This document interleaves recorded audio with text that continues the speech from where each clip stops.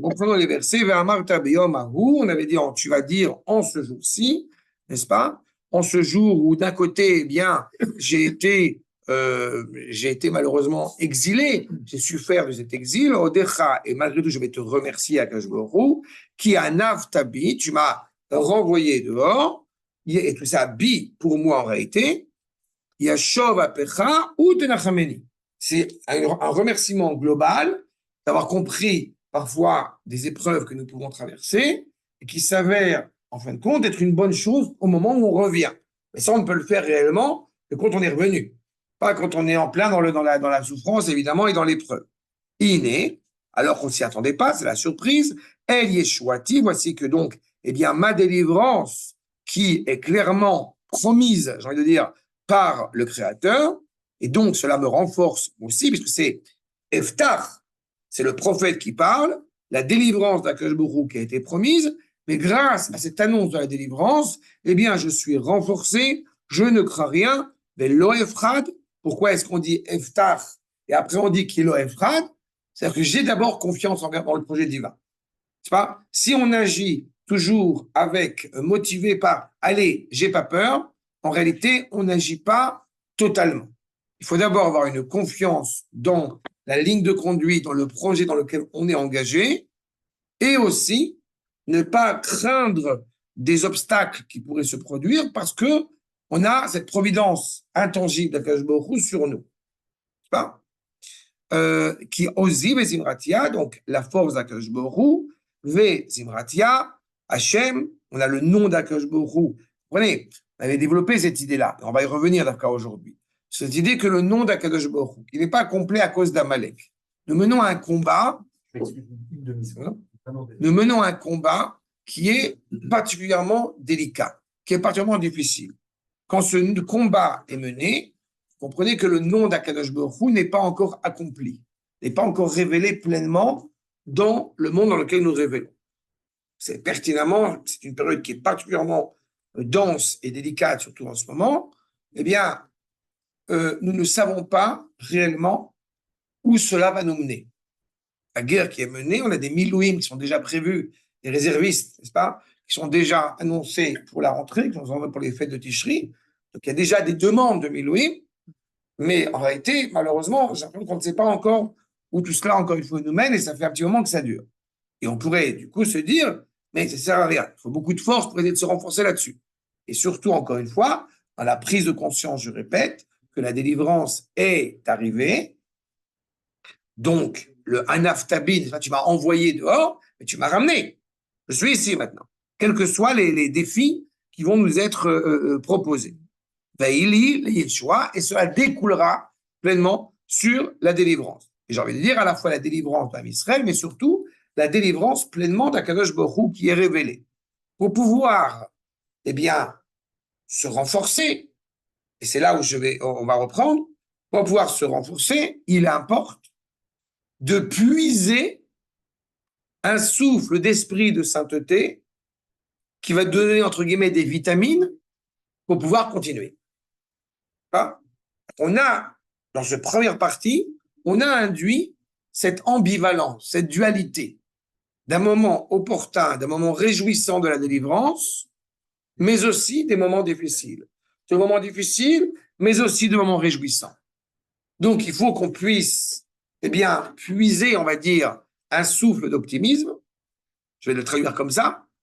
Sauf que le souffle d'optimisme, si c'est un optimisme vain, c'est-à-dire un optimisme idolâtre, un optimisme, allez, on a écouté une chanson, ça nous a donné de la force. Dieu nous aime, tout va bien, on fait tout bien. Moi, je suis totalement réfractaire et hermétique à cette chanson qui est très à la mode depuis maintenant quelques mois en Israël, et justement parce qu'elle me pose un gros problème dans ce qu'elle dit. Pas? Le fait que Akadosh Baruch Hu t'aime ne veut pas dire que tout va aller bien. Il y a des difficultés qu'on ne peut pas éviter. En tout cas, qu'on ne peut pas en disant on va mettre un pansement puis on va régler tous les problèmes. Ouais, c'est ça. Et ça, je trouve que c'est un problème. Justement. Tu l'as pas? Non, je ne sais pas quelle chanson il parle. Il y a une chanson. Il y a une chanson. Tu peux passer là, ça va. J'ai tombé du café dans l'ordre. Non, non, ça va. Il y a une chanson qui dit Hachem Oevotcha, Hachem Oevotcha, tout va bien, machin et tout. D'accord? Et en réalité, justement, à Kolto, c'est pas vrai, pas à Kolto. Quand on est à 1 an et demi avec des soldats qui se battent, on n'est pas à Kolto. En réalité, on peut éventuellement penser que tout va aller pour le mieux ou tout va aller pour le bien. On ne peut pas dire encore une fois que tout est bien, tout va bien, il n'y a pas de problème. Non, il y a des problèmes. Et il faut justement puiser ce qu'il te dit. Le prophète, Veshavte ma'im pesasson, mimaene yeshua. Vous allez puiser cette eau, comprenez ici, eh bien, vous allez puiser un souffle de sainteté, n'est-ce pas? Un souffle de roi à collège, un souffle de presque prophétique, des sources de la délivrance. Comprenez, Ma'ayan, c'est une petite réflexion dont je me suis aperçu ces derniers temps, ce qui est logique en plus, Ma'ayan, il y a un double sens dans Ma'ayan. Il y a Ma'ayan, la source, et il y a Ma'ayan, Ma'ayen. C'est-à-dire, on scrute, on observe. En réalité, on ne peut pas puiser un réel espoir si ce n'est par l'étude. Le Iyun Torah, mais vraiment de comprendre les choses. Je répète, ce ne sont pas des paroles, encore une fois, en l'air, ce ne sont pas des paroles vaines, on entend tellement de paroles vaines malheureusement, c'est un manque de compréhension de réalité qui, encore une fois, est devant nous, est en place. Et donc, quand on est animé par ce souffle-là, alors on peut se dire, c'est bon, on est sur la bonne voie, et donc les nations vont comprendre. Ve'amartem est né. Deuxième partie de cette parole. Première partie, j'ai envie de dire, elle s'adresse à nous. Deuxième partie, elle s'adresse à travers nous aux nations, aux goïms. Amartem, bayomau, c'est-à-dire en ce jour-ci, odou l'Hachem. Reconnaissez, qu'après de reconnaissance à l'égard d'Akadosh Baruch Hu, appelez-le Kirou Bishmo, reconnaissez son nom, appelez-le par son nom, Odiou Be'amim Alinotav, donc nous, on va connaître pleinement son nom, puisqu'on on va dire, on va intoxiqué, on est drogué à la parole d'Akadosh Baruch Hu, et en réaction à cela, on va aussi l'annoncer, Be'amim aux nations, Alinotav, des actes, des bienfaits qu'a pu commettre Akadosh Baruch Hu, justement, pour raffermir le lien qui existe entre lui et nous. Askiru kinisgav shemo. Rappelez combien son nom est élevé. Zameru Hashem, ki gaout asa, que chanter et louer Akadosh Baruch Hu, puisque avec fierté, il a fait, c'est le seul à réellement pouvoir être fier, sans qu'il puisse y avoir une dimension négative à cette fierté. Asa mi-dat, on avait dit mi-dat qui est écrit, mais il faut dire mou-dat. Est-ce que c'est consciemment ou c'est inconsciemment que nous sommes en train d'assister à cette réalité-là? Zod bechol haaretz, sur toute la terre, théorie la terre d'Eretz Israël, puisque c'est haaretz, on peut l'étendre à toute la terre entière. Tzahal Veroni, donc automatiquement on se réjouit pleinement. Qui se réjouit pleinement? Tzahal Veroni, Yoshevet Sion. C'est Jérusalem qui se réjouit. Une bonne transition avec Yom Yerushalayim. Ki gadol be kirber kadosh Israël. Pourquoi est-ce que la ville de Jérusalem se réjouit pleinement? Parce que en son sein, réside la sainteté d'Israël. D'accord? C'est ces versets-là, on n'a pas expliqué ces quelques derniers versets, c'est là-dessus que je voudrais revenir avec vous, avec, donc, comme je l'ai indiqué, ma corde numéro 9. Nous dit le Malbi, en bas, Moussif, pardon. Les mots, non seulement vous n'avez pas peur que la délivrance va devenir caduque, va s'estomper, Kigam tasigu midei et yeshuot chadashot. En fait, si on regarde objectivement la situation, et j'insiste, encore plus dans notre génération et encore plus cette année, si on regarde objectivement la réalité du peuple juif aujourd'hui, eh bien, elle est beaucoup mieux que ce qu'elle a été, pas il y a 70 ans, il y a 3 ans. D'accord? Aussi étrange ça puisse paraître. Quand on regarde ce que a atteint Israël aujourd'hui, les gens disent ça a plu, c'est fini, l'État n'a plus de valeur, tout un ensemble de bêtises qu'on connaît. En réalité, si on regarde objectivement, là, des chiffres à l'appui. on regarde ce qu'on a atteint, on regarde le high-tech, on regarde… Et ça, c'est avant le 7 octobre. Depuis le 7 octobre, la high-tech, ça descend, on perd des… Par rapport à ça, Sur ces chiffres, hein, pas sur le reste. par rapport à ça, tu as raison. Par rapport au high-tech, il y a une période qui est profondément troublée, je te l'accorde. Mais par rapport à la mentalité du peuple juif aujourd'hui, elle va beaucoup mieux que ce qu'elle a été il y a encore quelques années. Très divisé. Non, mais au minimum, Je ne suis pas d'accord. Avec ça, je ne suis pas d'accord. C'est vrai, je ne suis pas d'accord. Je n'arrête pas d'entendre ça, et c'est ce que les médias véhiculent. Ce n'est pas vrai. Je ne suis absolument pas d'accord avec ça. Je ne laisse pas une poignée de personnes donner le ton et décider comment va le peuple juif aujourd'hui.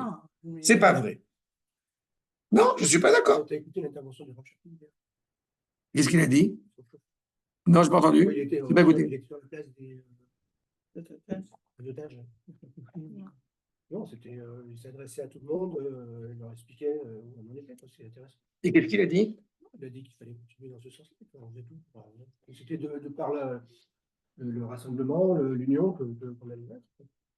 Il y a une faiblesse qui est motivée. À mon grand bonheur, les soldats n'entendent pas les infos. Il y a une faiblesse qui est motivée par beaucoup de médias et automatiquement, ça a des répercussions dramatiques. Je vous accorde que quand on entend entre les médias nationaux et les médias internationaux, même si on veut ne pas s'en occuper, s'en préoccuper du tout, on est automatiquement affaibli. D'accord? Il y a des personnages, on connaît malheureusement quelqu'un en particulier qui a dit des paroles absolument nauséabondes ces derniers temps. Exactement. Mais encore une fois, quand il s'exprime et on voit ce que le monde en tire, évidemment, ça fait résonance. Mais c'est une personne. Et beaucoup de gens de toutes parts, mais beaucoup de gens, c'est important, beaucoup de gens de toutes parts, quelle que soit l'idéologie qu'ils ont été choqués par les propos qu'il a pu tenir. Par exemple. Mais pour autant, il n'y a pas un mouvement global contre ces déclarations. Mais il ne peut pas y avoir de mouvement en ce moment. Il a parlé du high-tech. Il y a des réalités qui sont très complexes. Je vous rassure, et je suis bien placé pour en parler dans mon petit niveau et mon petit travail. Il y a des réalités aujourd'hui qui sont très complexes. Ça veut dire que nous sommes dans une réalité, évidemment, qui n'est pas évidente. Moi, je ne regarde pas extérieurement. Je ne regarde même pas la situation économique de chacun. Je regarde dans son ensemble où se trouve aujourd'hui le peuple juif, quels sont les discours, quels sont les propos, quelles sont les aspirations aujourd'hui du peuple juif, et ce qu'ils ont été il y a encore quelques années.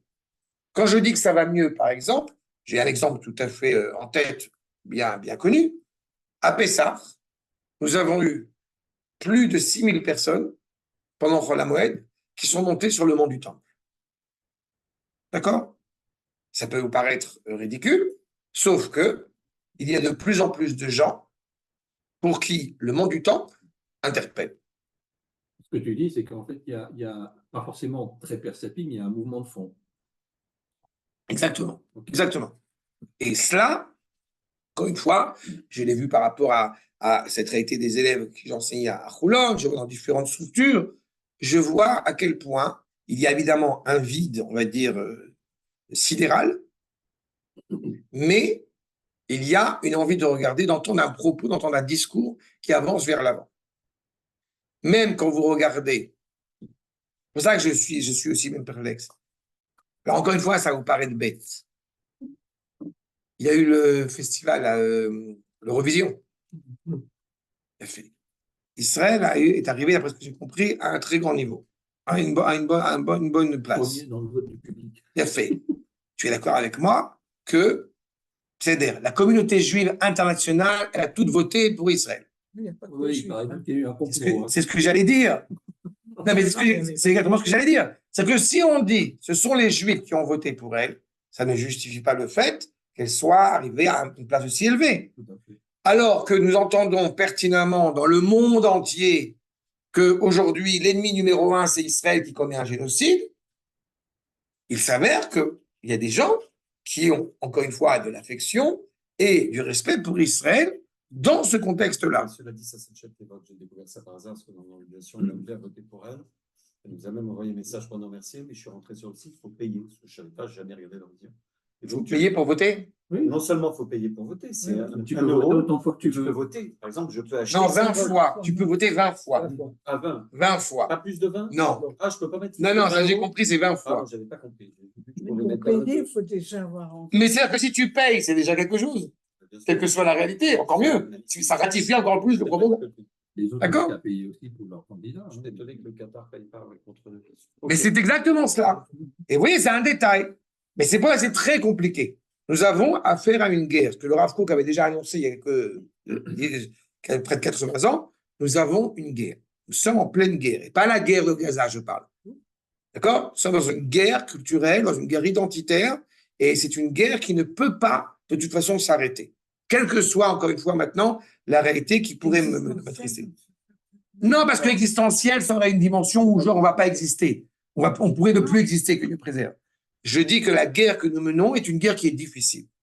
Et à tous les niveaux. D'accord? On a en Espagne, par exemple, il y a quoi? Il y a 10 000 juifs en Espagne.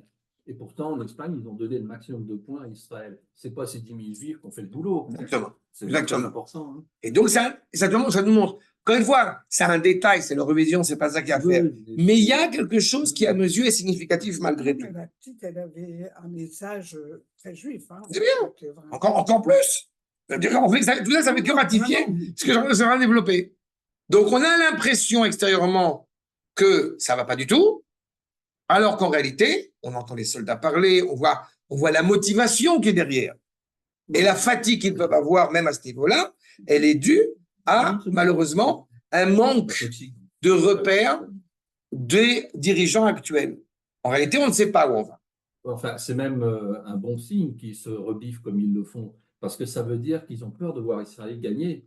Tant qu'Israël n'était pas à coup sûr gagnant, bon, ils soutiennent à moitié, un pas en avant, deux pas en arrière, mais là, ils voient qu'on commence à être de plus en plus fort et ils réagissent par rapport à ça. Ils sont terrorisés, en fait, que les Arabes soient humiliés.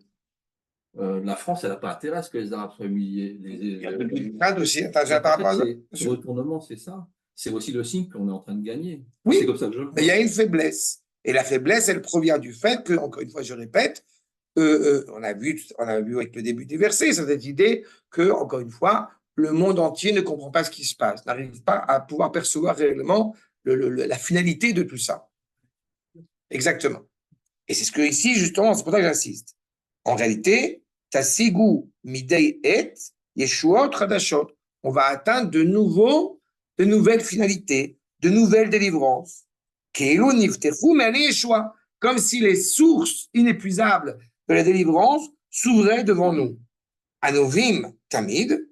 Donc, elle coule, il y a une eau qui coule comme ça de manière impressionnante. Umidvasvim kol od yosifu lishov mehem. Oh, c'est là où le point est essentiel. La Géoula d'à côté, elle est en train de, voilà, elle coule, elle avance avec abondance. Mais elle continue à se remplir, elle continue à couler avec abondance, tant qu'on arrive à puiser de cette sainteté, de cet esprit animé par la sainteté. Et c'est là où il y a une tension permanente. Parce que si on a besoin constamment, et Dieu sait combien on en a besoin, mais si on a besoin constamment d'entendre, comme je l'ai dit, des faux messages optimistes, alors on essaie de s'y rattacher vainement, mais en réalité, on est encore plus pessimiste. Et si on est très pessimiste, eh bien, quelque part, que Dieu préserve, c'est comme si la source, elle se tarissait. C'est un cercle vicieux.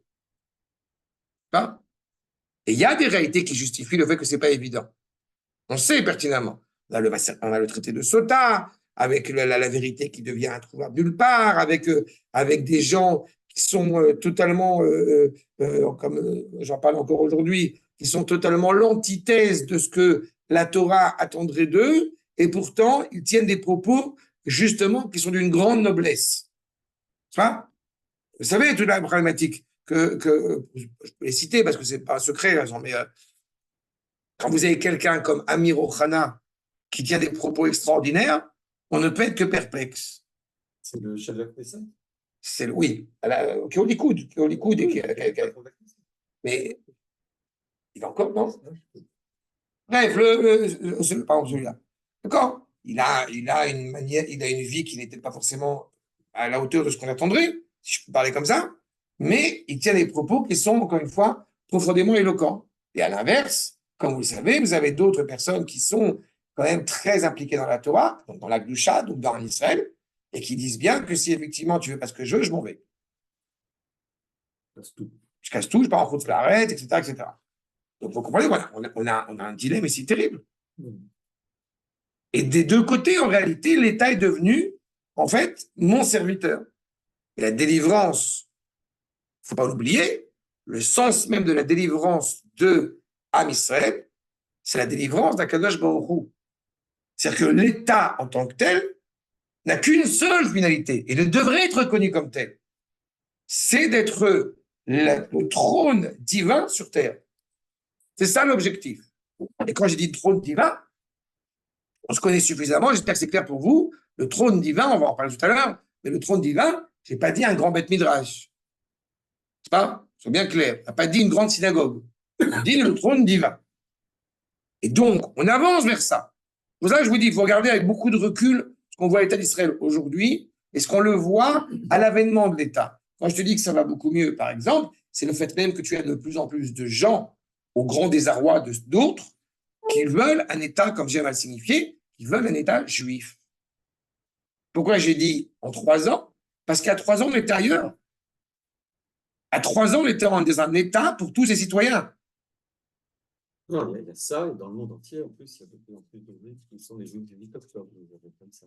Donc, il y a une réalité. Bon. Je vais dire même mieux que ça, entre parenthèses. Il y a des anecdotes, des témoignages qui sont extraordinaires après la guerre des 6 jours. Que le Rav Menachem Kasher, comme j'aime souvent le citer, il ramène. Et il ramène des dons de soi exceptionnels de ces juifs qui se sont battus pour la guerre. Ce qui nous a troublés avec mes enfants et mon épouse, c'est qu'il y a encore 2 ans, on trouvait ces témoignages extraordinaires, qui sont vraiment extraordinaires. Mais on s'est surpris à voir que les témoignages qui sont rapportés, donc il y a plus de 57 ans, ce qu'on entend aujourd'hui chez des gosses de 19 ans, ne sont pas moins nobles, ne sont pas moins éloquents. D'accord? C'est exactement cela. C'est-à-dire que si tu parles dans la mentalité d'un jeune juif, il y a encore une vingtaine d'années, et même il y a encore 3 ans, et aujourd'hui, tu vois qu'il y a un bouleversement qui s'est produit. C'est pour ça que je regarde de l'intérieur. Je ne regarde pas de ce que nous essayons de nous motiver vers l'extérieur. D'accord? En parenthèse, je vous avais signifié, il me semble, que quand les gens disent le monde devient de moins en moins religieux, c'est-à-dire la grande thèse à Israël, le monde devient de moins en moins religieux. Excusez-moi, mais c'est encore une fois une statistique qui est totalement absurde. Nous parlons de 43%, de 40 à 43% de gens aujourd'hui qui éventuellement pourraient s'écarter de la Torah. À l'époque du Rav Kook, on en est à 80%. On veut faire des comparaisons qui sont à la hauteur. Ça n'a rien à voir. Il y a une mutation d'identité. On connaît cette réalité-là. C'est ça qu'il y a Yeshua Tradashot. Mais Yeshua Tradashot, c'est qu'il y a, encore une fois, un bouleversement qui se poursuit. Jusqu'à quand? Ki yodea shelo yechale amakor. Encore une fois. Ad she'ashoev mehem shoev besason. Non seulement puiser de l'eau, mais puiser cette source de sainteté, cette source presque prophétique, avec joie. Et je répète, c'est très difficile. C'est très difficile. Nous sommes dans une génération où, encore une fois, nous avons un mur devant nous qui veut nous empêcher d'être optimistes, de se réjouir, d'être positifs. Donc, il faut se forcer. Je rappelle toujours l'enseignement de Rabbi Nachman de Breslev. Tu n'arrives pas à être joyeux, fais semblant. Et quand on dit fais semblant, l'appétit vient en mangeant. La joie vient en se réjouissant. Avec, bien évidemment, un bémol qui est très important chez le Rabbi Nachman, en aucune manière utiliser une substance artificielle, quelle qu'elle soit, pour atteindre cette joie. Même pas. Rabbi Nachman est un des rares, parmi les maîtres de la Chassidoute, à exclure l'alcool. Ah non, la drogue, c'est même pas en rêve. Au Hachem, je pense que tous ceux qui se prétendent être élèves de Rabbi Nachman, évidemment, ne boivent jamais d'alcool et n'utilisent jamais de substances artificielles, que Dieu nous en préserve. Mais pour autant, j'ai entendu qu'il ne fallait pas se réjouir quand on n'avait pas reconstruit le troisième temple, il ne fallait pas se réjouir entièrement. Non, c'est quand la Géoula n'a pas commencé. Shir Amaalot Beshuvat Zion. Ah, Zimales Rokpenu. Quand est-ce qu'on commence à rigoler, à s'éclater la panse? Quand est-ce qu'on commence à s'éclater la panse? Quand on est revenu en Israël. Quand on est revenu à Tzlon. D'accord? On peut commencer maintenant. Oh, Hachem. Ah, Zimales Rokpenu. Évidemment, on n'a pas encore fini. On ne va pas ignorer, encore une fois, avec le recul, ce que nous avons aujourd'hui. Parce que juste un détail, la construction du temple, ce sera quand même ponctuel. Ou Non. Ça va s'étaler aussi. Non, ça s'étale. D'abord, ça prend du temps, puisque le Beth Amikdash ne descend pas du ciel. D'abord, le Beth Amikdash de la balance. Tu comprends mes plaisanteries maintenant? Le Beth Amikdash. Ah, il y a un chat call. Intéressant. Excusez-moi. Il y a ce que je dis par là, c'est que le Beth Amikdash d'abord ne tombe pas du ciel. C'est évidemment que ça prend du temps. Et ensuite, comme j'avais déjà indiqué, le Beth Amikdash ne vient pas forcément après l'avènement messianique. Il peut venir avant. D'accord? C'est Yerushalmi qui rappelle cela notamment. On pourrait tout à fait construire le Beth Amikdash et celui qui serait le premier ministre, fils de David, après, viendrait apporter une petite finition supplémentaire. Et on peut, pareil, supprimer totalement Amalek, Mahmoud et tous ses copains, et Mashiach, il arrive après. C'est pas un problème. Oui, c'est ça, genre on supprime, et puis on a... D'accord? Dans tous les cas, pourquoi est-ce qu'on est aussi convaincu? Pourquoi est-ce qu'on est aussi réjoui? C'est là où, encore une fois, là, je veux dire, le devoir qui nous anime. Qui odea shelo yechle hamakor. Tu sais pertinemment que la source est intarissable. C'est quelque chose qui, pour moi, à chaque fois, eh bien, j'essaie de m'égosiller à le rappeler, à le signifier. Nous sommes dans la période de la délivrance. C'est un postulat. Ce n'est pas une idéologie, ce n'est pas une discussion, ce n'est pas un dialogue. Nous sommes dans la période de la Géoula. Point. Donc, on n'est pas en train de se dire, tu ne te rends pas compte, peut-être on va repartir en exil. Ce genre de phrase n'a aucun sens. D'accord? Comme on l'a dit tout à l'heure, vous nous obligez à aller à l'armée, on part en route, la pas, je t'en prie, dégage. C'est eux qui sont en tort, c'est pas nous qui sommes en tort. Il faut l'assumer pleinement. L'âme Israël n'est pas encore prêt, on regarde, on ne bouge pas. Et ce que je comprends de plus en plus avec les années, j'en paye parfois le prix, mais c'est ce que je comprends avec les années, c'est ça. Lo yechle amako. Velo yechazevu meyamav. Ces eaux sont bonnes. La terre d'Israël est bonne. Gam yeshev del ben ha-shoev ve'adolé. C'est intéressant ce que nous dit sur le Rav ici. Il y a shoev, c'est puiser de l'eau, et dolé, c'est quoi? Umebeerot amukim ve'yeshbo toreach. En plus de cela, shoev, c'est donc puiser avec facilité, alors que dolé voudrait dire en réalité qu'on va essayer de chercher de l'eau dans des puits profonds et qui impliquerait énormément d'efforts. Je vais vous donner un exemple très concret, puisque en plus on est dans cette période-là, en le mois de Yav. J'ai l'occasion justement d'étudier un peu, d'enregistrer ces audios-là, pour mettre en évidence qu'il y a 57 ans, et puis il y a 77 ans, nous avions beaucoup moins d'armes perfectionnées que nous avons aujourd'hui. Et tout le monde, et j'ai rappelé là, dernièrement par rapport à la guerre des 6 jours, tout le monde a dit, la Chevra Kadisha a préparé des tombes. C'était prévu qu'il y aurait énormément de morts. Il semble que ce soit la fin de l'État d'Israël. La guerre d'indépendance, c'était déjà la fin, le début de la fin, et la guerre des 6 jours, la fin de la fin. Qu'est-ce qui s'est passé? Quand nous parlons d'efforts, ce n'est pas une question de savoir appuyer sur la gâchette. On a des gâchettes extraordinaires. La question de savoir, est-ce que nous croyons, est-ce que nous avons confiance dans le projet, encore une fois, qui nous anime. C'est une grande difficulté. Et c'est ce qu'il nous dit. Oublie Torah, Shoev, oublie Torah. Pas de faire d'efforts. Animshal, qui t'a sigou Yeshuot, Beli Amal Vetorah. Vous pouvez atteindre ça sans avoir besoin de faire des efforts. On a besoin d'expliquer des pays en Europe qui sont dans une situation catastrophique. C'est la bérésina la plus totale. On dit la bérésina, non? J'ai C'est les batailles. un ami, C'est un à chaque fleuve. fois que Macron dit une bêtise, il remarquera, et ça fait ce poids là. Quand il en prend Israël, qu'est-ce qui se passe en France? Inondation. Et c'est pas, non, mais je te promets. Non, il y a un truc qui m'amuse. Attends, mais je La vais te porte devrait ressortir. déjà être sous les eaux. Ouais. Raisonnement. Ah là là, tu as des propos terribles sur la. Enfin, il Sortir dit la beaucoup vieille plus grand-mère fort. marocaine de score là. Mais j'aime bien, moi ça me plaît. Mais Moi j'aime bien le Malheureusement, Turc. c'est pas vrai, il tombe sur Israël. Moi j'aime bien le Turc qui fait un arrêt cardiaque quand il a maudit Israël. Moi j'aime bien Ça, cette c'était idée. bien, ça. Voilà, tu vois, ça tombe. Ah ouais, tac, D'accord. ça, c'était bien. Et tu as un détail. Excuse-moi, c'est coupé, pardon. non, tu vas t'occuper. Il y a un détail qui me fait beaucoup rire en ce moment. C'est les juges de la haie. Je ne sais pas si vous êtes. Ah, le mec, la canne, là. Mais ça aide l'un après l'autre. L'autre, truc sexuel. L'autre, esclave. Le troisième, il a fait des magouilles politiques, de je sais pas quoi. L'un après l'autre. Vous avez voulu condamner Israël. Voilà, donc ça. Ils ont condamné Israël pour ça. C'était pour distraire de leur calendrier. Ouais. Le calme. Akadosh Baruch Hu, il organise les choses. C'est exactement ça.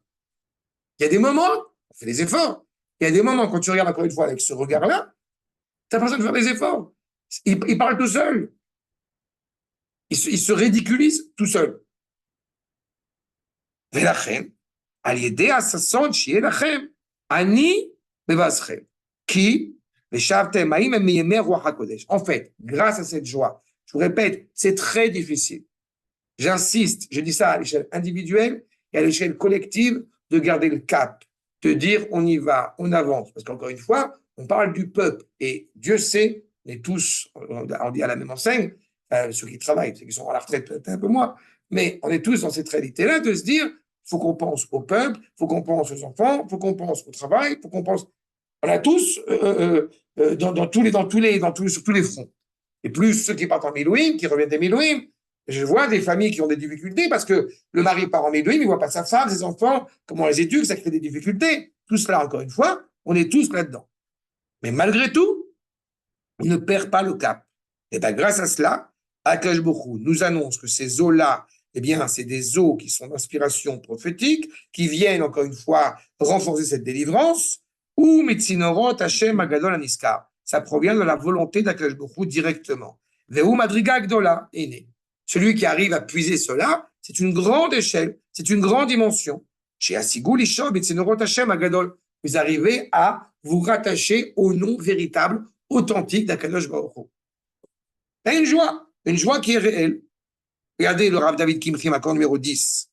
Derech Mashal, celui qui va puiser de l'eau, et donc cette eau ne va pas s'arrêter. Pourquoi? Bechol et imtsabo lishov, ki hu makor tmidi, ken lo tifsok mehem aberacha ve'yeshua. Je répète, si on va puiser cette eau, cet optimisme, ce roi HaKodesh, vers des sources frelatées, on finira automatiquement par en être déçu. Il y a une expression que j'aime souvent citer, les idoles sont appelées Hatsabim. Et pourquoi Hatsabim? Parce que ça vient de Hatsuv. Vous avez des idéologies, des divinités, on va les appeler, qui sont totalement mensongères. Et on s'y rattache. Et en réalité, on ne peut que en être déçu. Parce qu'elles sont fausses. Alors que d'Akash Baruch Hu, on ne peut pas être déçu. Pas cette implication-là. Et je ne suis pas en train de dire, je répète, il n'y a pas d'obstacle, il n'y a pas d'épreuve. Mais on sait où on va. Magnifique. Mhm. C'est tellement vrai. Non, c'est pas de de la moi. Torah. Non, mais. Même si c'est vrai, c'est changé. C'est vrai, c'est Rabbi Akiva à la fin du traité de Makot qui parle de ça. Okay. Mais c'est essentiel. Je vous ai cité à l'instant, vous vous rendez compte, les gens, vous vous rendez compte quand même, ce petit détail, moi, qui m'émeut, même si je sais que c'est pas encore d'actualité, etc. Mais vous vous rendez compte que vous avez des petits jeunes, là, on n'a pas dit des vieux croulants, des petits jeunes qui ont réussi à mettre un agneau pendant 2 minutes, hein, ça va, sur le mont du Temple, Ah, ils ont fait. alors que pendant 2000 ans, on n'en a pas vu. Ils insistent. C'est marrant, hein, parce que ça me fait penser à un texte de Deleuze, très court, c'est exactement ça. Il parle du pouvoir. Il dit le pouvoir exige des corps tristes. Le pouvoir a besoin de tristesse parce qu'il peut la dominer. La joie, par conséquent, est résistance parce qu'elle n'abandonne pas. La joie, en tant que puissance de vie, nous emmène dans des endroits où la tristesse ne nous mènerait jamais. C'est Qui écrit ça? Gilles Deleuze. Deleuze. J'étais son élève, alors j'ai des petits trucs que je garde comme ça. Et ça tous ces gens-là, ils nous ont piqué des trucs, en fait, tout le temps. Consciemment ou pas. Non, ils peuvent tenir un propos intelligent. Et c'est tout à fait juste. Le seul problème, c'est qu'effectivement, ils tiennent un propos intelligent qui peut être dangereux, si tu veux, parce que quand je dis dangereux, c'est pas dangereux. C'est toute la problématique, c'est que derrière un penseur, comme on dit, il y a un auteur. Derrière un livre, il y a un auteur. Derrière une idée, aussi belle, aussi grande soit-elle, il y a un auteur. Est-ce qu'on va l'utiliser? Oui. Mais en étant conscient qu'il y a toujours un risque. C'est visible que l'érudition, c'est un danger énorme. Les intellectuels juifs français actuellement, ils sont en pleine dérive. C'est tragique. L'érudition, c'est comme un muscle. Ça dépend vers quoi tu le tends. Il vaut mieux être érudit que débile. Ça, c'est évident. Mais qu'est-ce que tu fais de ton Voilà. érudition? C'est ça. Ça, c'est la différence qu'on appelle en hébreu entre maskil et chacham. C'est pas l'érudition qu'il faut condamner. Maskil, c'est l'intellectualisme, c'est Le l'érudition. problème, c'est que les gens de l'extérieur, ils comprends, respectent je l'érudition. comprends ce que tu Or, c'est pas suffisant. Non, mais c'est exactement la problématique que je soulève. Il y a un niveau entre maskil et chacham. On peut être instruit, c'est important, c'est très important, mais on n'est pas forcément chacham. Chacham, c'est la force de l'essence. Je dis que je suis toujours agréablement surpris quand j'entends des beaux mots, des belles phrases.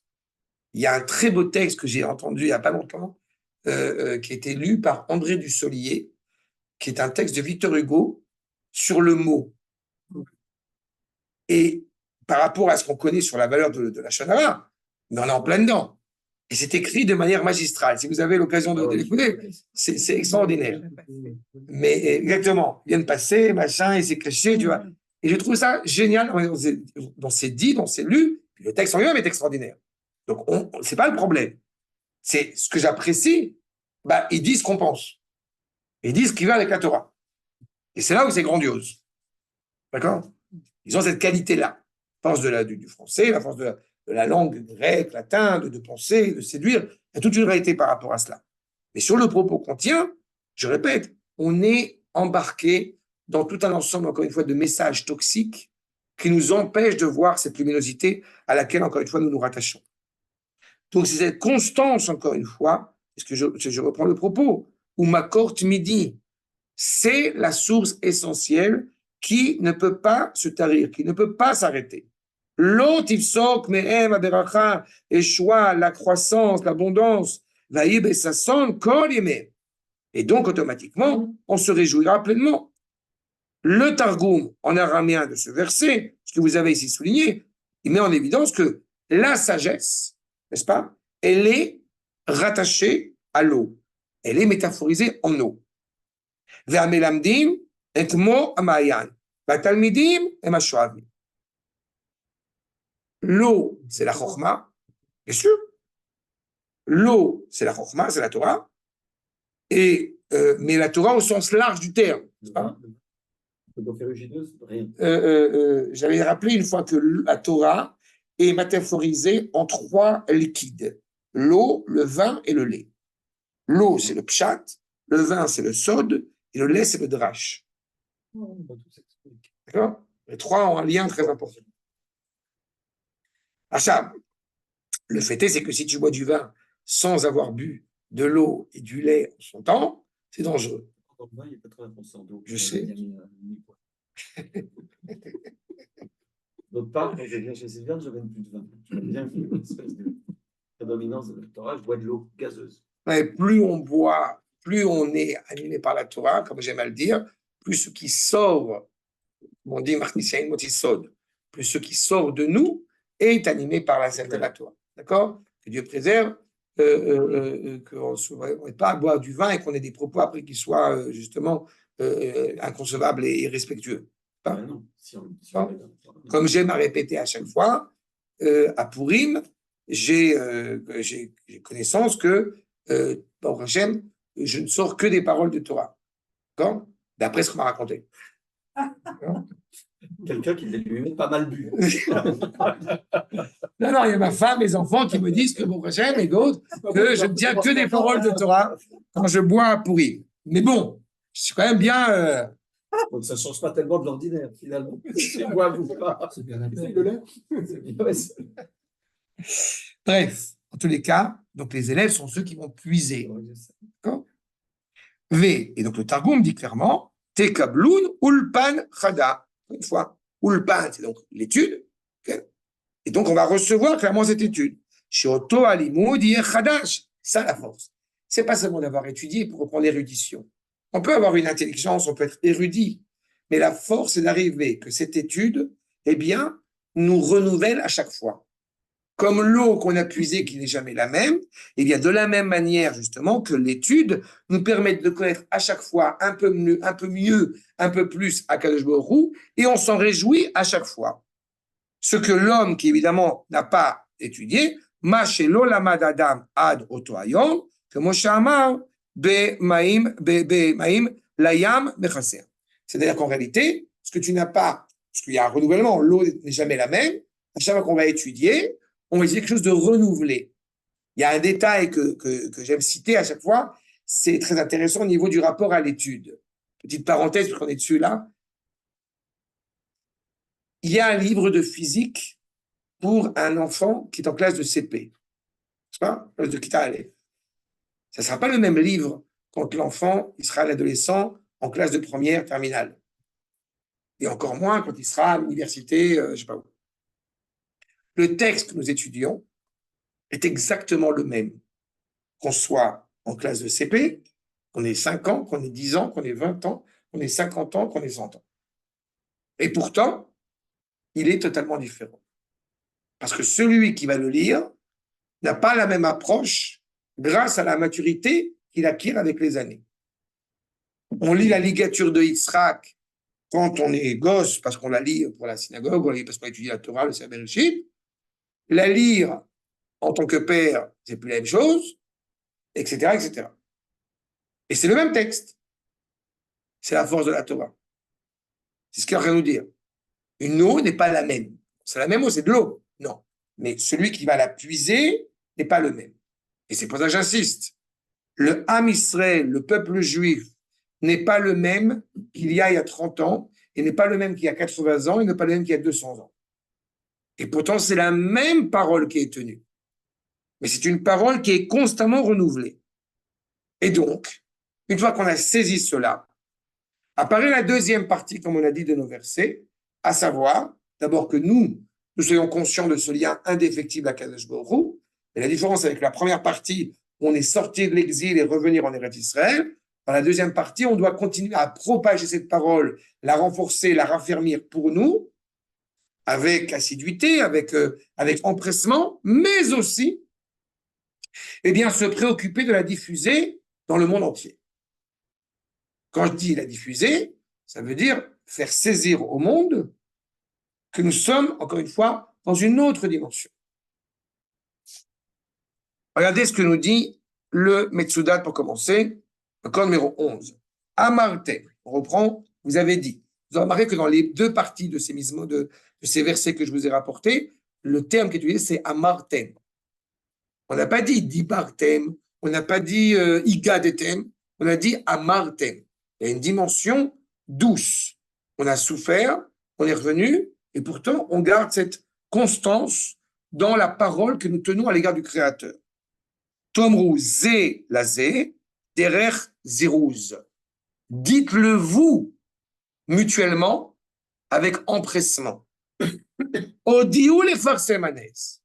Annoncez la diffusion du miracle que vous êtes en train de vivre. Dois-je encore rappeler, au vu des propos absolument scandaleux qui peuvent être tenus dans le monde entier, que l'État d'Israël est un miracle.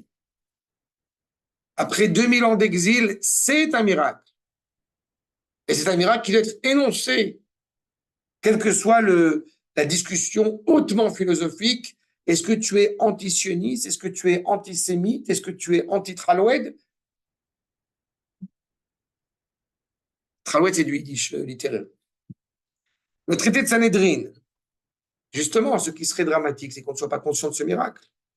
Ceux qui, malheureusement, à Yom HaAtzmaut, sont frileux, sont hésitants à remercier Akadosh Baruch Hu. Ceux qui vont être hésitants le jour de Yom Yerushalayim à louer et à remercier Akadosh Baruch Hu de pouvoir aller au Kotel tranquillement, même au Kotel. Je ne parle même pas de Harabait aujourd'hui, bon, depuis quelques années, on a des révolutions, mais le fait d'aller se promener dans les rues de Yerushalayim, il y aura un monde fou, bien évidemment, lundi, c'est la moindre des choses, c'est de remercier Akadosh Baruch Hu. C'est quoi les Farsem et Tanes? À titre individuel, vous savez que quand on a vécu un miracle quelque part, on a un devoir de dire Akadosh Baruch Hu m'a fait un miracle à cet endroit-là. C'est vrai à titre individuel, c'est d'autant plus vrai au niveau de la nation. Je sais pas. Il y a un enseignement que j'ai tiré d'un de mes maîtres qui m'a toujours beaucoup amusé. Le Baal HaTanya, quand il sort de prison, alors chez les Chabad, on ne fait pas Hanoun ce jour-là. On ne fait pas les supplications ce jour-là dans la prière. Et il n'y a aucune discussion là-dessus. Un juif qui est sorti de prison, tu ne fais pas les supplications. Le peuple tout entier qui est sorti de la prison, de son exil, t'es frileux. Il y a un truc qui n'a pas été compris. Prenons l'exemple. Chizkiyahu, qui est le fils de Achaz. Achaz était une catastrophe. Achaz, il a, malgré tout, réussi à conquérir un certain nombre de territoires pour le bien de la terre d'Israël, mais il a empêché les Juifs d'aller au Beth Midrash. On ferme le Beth Midrash. On ferme la yeshivot. C'est terrible. Hein? Achaz, parce qu'on dit Ochez de la toche de la Beth Midrash. Il tient les portes. Il empêche les Juifs d'aller étudier. Et donc, il y a la réaction de son fils, Chizkiyahu, qui lui, à l'inverse, est totalement rattaché à Akadosh Baruch Hu. Mais à tel point qu'il est rattaché à Akadosh Baruch Hu, on va tous le mettre Midrash. On va pas à la guerre, tous le mettre Midrash. Et il a une telle confiance envers Akadosh Baruch Hu aide et permet de gagner les guerres. C'est très bien. Sauf que, c'est ça. Quand il y a la guerre, il va dormir. C'est le roi, il va dormir. Akadosh Baruch Hu, il va nous aider. C'est très sympathique. Sauf que, il aurait pu être Mashiach. Mais il ne l'a pas été. Pourquoi il n'a pas été Mashiach? Parce qu'il n'a pas fait le halal complet.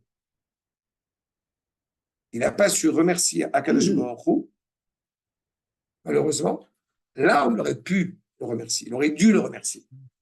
Regardez juste cette phrase que vous avez dans le traité de Sanhédrin, l'accord numéro 12. Chizkiyahu, she'asita lo, kol hanissim halalu, velo amar shira lefanecha, aseu Mashiach. C'est ce que dit l'ange accusateur d'Akadosh Baruch Hu, c'est lui le Mashiach. Tous les miracles que tu as fait, il ne remercie pas Akadosh Baruch Hu. Lechach nistatem. Donc, il ne l'a pas été en fin de compte. On a besoin de réfléchir quand on parle de la guerre d'indépendance, où tout s'était assuré que c'était la fin de l'État d'Israël. Est-ce qu'on a besoin de réfléchir quand on pense à la guerre des 6 jours? En une journée, on a conquis Jérusalem. En une journée, on a conquis Hebron. Le Rav Goren, il rentre à Hebron. Mardi, c'était Jérusalem. Mercredi, c'est Hebron. Il rentre à Hebron. Il n'y a personne dans les rues. Ils ont conquis Hebron à 3 personnes. Et on va discuter. Attends, c'est des gens qui ne comprennent pas. Achav, le Hacher HaKadosh, l'accord numéro 13. Donc, à Martin, Bayomahu, en ce jour-ci, vous allez honorer, reconnaître Akadosh Baruch Hu, vous allez appeler par son nom. De quoi parle-t-on? Vous dit le Rav, Amar, Bayomahu, Sheu Achar, et Banut Abeit Hamikdash. En ce jour-ci, après avoir construit le Beit Hamikdash. Betishavu Maïm Besason, Mitzinorot Hashem Agadol. Premier chant, première partie du chant, nous sommes sortis des Égyptes nous sommes sortis de l'exil, nous sommes revenus en Eretz Israël. C'est le premier vers Martin. Le deuxième vers Martin, on est déjà après la construction du Beth Amikdash. Donc du troisième, pour le coup. Et on continue à puiser cette saveur, encore une fois, d'un souffle allié par la sainteté. Je me permets encore une fois de faire un lien avec la contemporanéité, de vous rappeler que le Rav Goren a demandé expressément à son Rav, le fils du Rav Kook, n'est-ce pas, le Rav Yehuda, la possibilité, qu'est-ce qu'on doit faire? Est-ce qu'on construit le Beth Amikdash ou non? À juste titre, le Rav Yehuda a dit que le peuple n'est pas prêt, c'est pas encore le moment, mais le Rav Goren dira lui-même que malheureusement, comme j'aime à le rappeler, hélas, on a loupé le coche parce qu'on aurait dû balayer sur le vent du temps. D'accord? Et on ne l'a pas fait. Et ça, c'était une erreur considérable qui fait que ça prend plus de temps. Mais on aurait pu, à ce moment-là, balayer sur le mont du temps. Et puis, comme vous savez, le pirate, malheureusement, a fait l'énorme bêtise de donner la clé aux Jordaniens, et ça a des implications évidemment dramatiques. Mais c'est ça qu'on est en train de dire. Donc, on continue à puiser. Il manque ce souffle. Non, mais du coup, parce qu'il aurait pu leur fourguer aussi le Kotel. Oui, il aurait pu. Mais Il aurait pu. Mais c'était déjà suffisamment scandaleux. Parce qu'aujourd'hui, dans certaines écoles israéliennes, eh bien, il est enseigné que Motagour aurait dit le Kotel est entre nos mains. Ce qui est une absurdité parce qu'on entend les enregistrements, on le voit bien, il y a la vidéo, Arabaï Beyadenu. Oui, D'accord? C'est quand même essentiel. Le fait est, c'est que donc, et pour cela, encore une fois, on a dit, pour pouvoir être conscient de cela, il faut continuer à puiser cette eau, cette souffle de sainteté, encore une fois, que semble-t-il, si on ne le puise pas, on ne va pas comprendre ce qui se passe. Vous allez remercier Akadosh Baruch Hu, vous allez l'honorer. C'est lui qui est clairement l'expression de notre délivrance. Yagav, Yeshuato, sa délivrance, Sheditmale Shemo, Be'arba Otiotav. La délivrance est pleine parce que son nom est désormais invoqué, complètement. Ce n'est pas seulement Yud et Hei, c'est Yud Ke Vav Ke, son nom entier. Puisque si justement nous avions balayé sur le mont du Temple, on avait l'expression. Et c'est-à-dire que si le peuple avait été prêt pour cela, et le peuple, au moins pour balayer, aurait été prêt pour cela, alors on aurait déjà l'explication, l'évocation de son nom, encore une fois, qui est pleinement sanctifié. J'aimerais rappeler que le Rav Yehuda dira, pour le coup, après 19 ans de notre indépendance, il est temps d'annoncer au monde que la présence d'Akadosh Baruch Hu est pleinement revenue à la maison. D'accord? C'est quand ce postulat-là. Donc, Tachat et Yoto, Nechlak, les Shnaim Kemedouba, le nom avait été séparé en deux, il retrouve sa cohérence. Anachnu, Agavnu, Noshanu, nous, encore une fois, nous sommes pleinement libérés. On n'a pas besoin d'accroître en remerciement, juste faire le Hallel. Remercier Akadosh Baruch Hu. Puisqu'on est habilité à clairement retrouver ce lien avec Akadosh Baruch Hu. Chez l'autre Omru Alléluia, vous n'allez pas seulement vous contenter de dire justement louer celui qui a façonné le monde et qui lui donne un sens, qui est Hashem Shalem, Yud Ke Vav Ke. Je suis fier d'être attaché à Akadosh Baruch Hu. Chez Al-Yedek, Kriyat Hashem Shalem, Nizacher Venikar, Ma She'ushlam Tachateyot Mitechila Shel Yudke. En fait, grâce à cela, eh bien, nous retrouvons notre cohérence vis-à-vis d'Akadosh Baruch Hu. Nechalek Meotiot, c'est important parce qu'on retrouve Yerushalem, on retrouve l'essence même, encore une fois, le cœur de nouveau auquel nous sommes attachés. Si on est rattaché à Akadosh Baruch Hu, on sait, j'ai encore expliqué il n'y a pas longtemps dans un cours sur le fait que de dire que Dieu est présent partout, c'est réduire la présence d'Akadosh Baruch Hu. Ce qui est étrange parce que beaucoup de gens disent, mais non, Dieu est présent partout. Je dis, et je réitère, et je persiste et signe, si Dieu est présent partout, quand je prie à Ouman, eh bien, je regarde vers Ouman.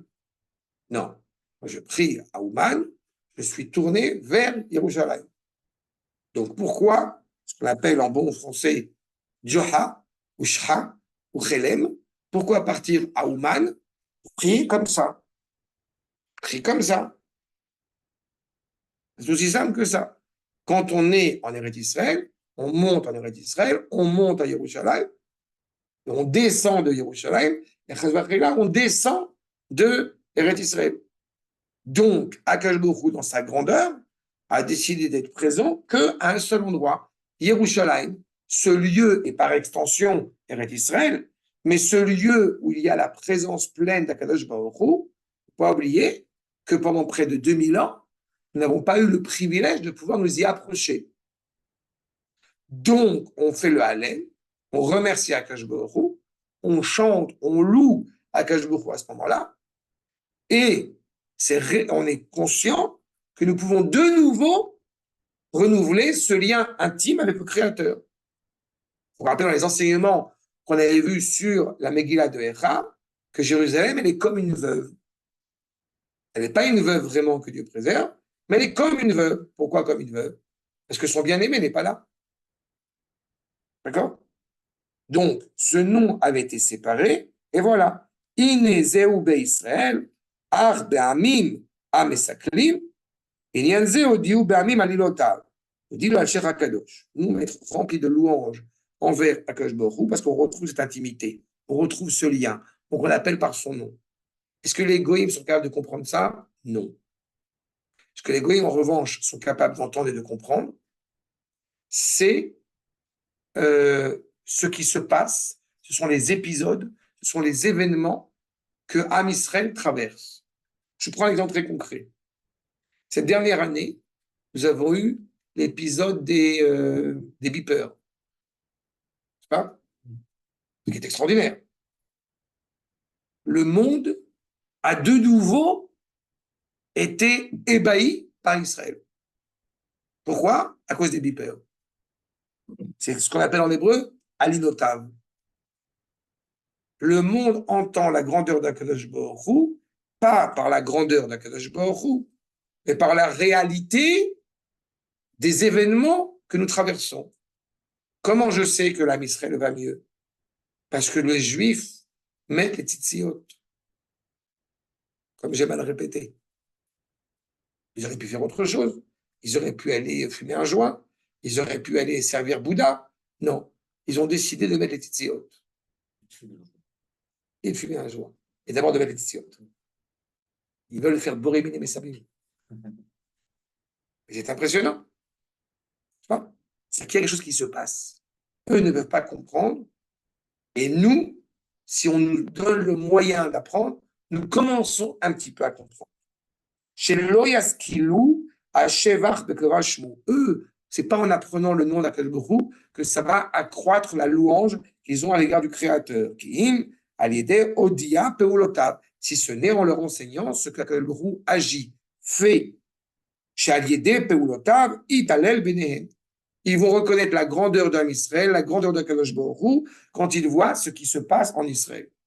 J'aime à chaque fois à rappeler, et c'est pour ça que je considère qu'on va toujours de mieux en mieux, c'est parce que nous sommes en train, Baruch Hashem, de faire un génocide à Gaza. Nous sommes en train de faire une purification ethnique à Gaza. Nous sommes en train, aux yeux des nations, de faire une purification ethnique à Gaza. Nous sommes en train de faire un génocide à Gaza. Il faut entendre ces propos extraordinaires. Nous sommes passés du bossu, comme j'aime à le répéter, avec les longs ongles et le gros nez crochu qui est attaché à l'argent, à un pays qui est un peuple et un gouvernement qui sont fascistes. C'est ça ce dont je parle.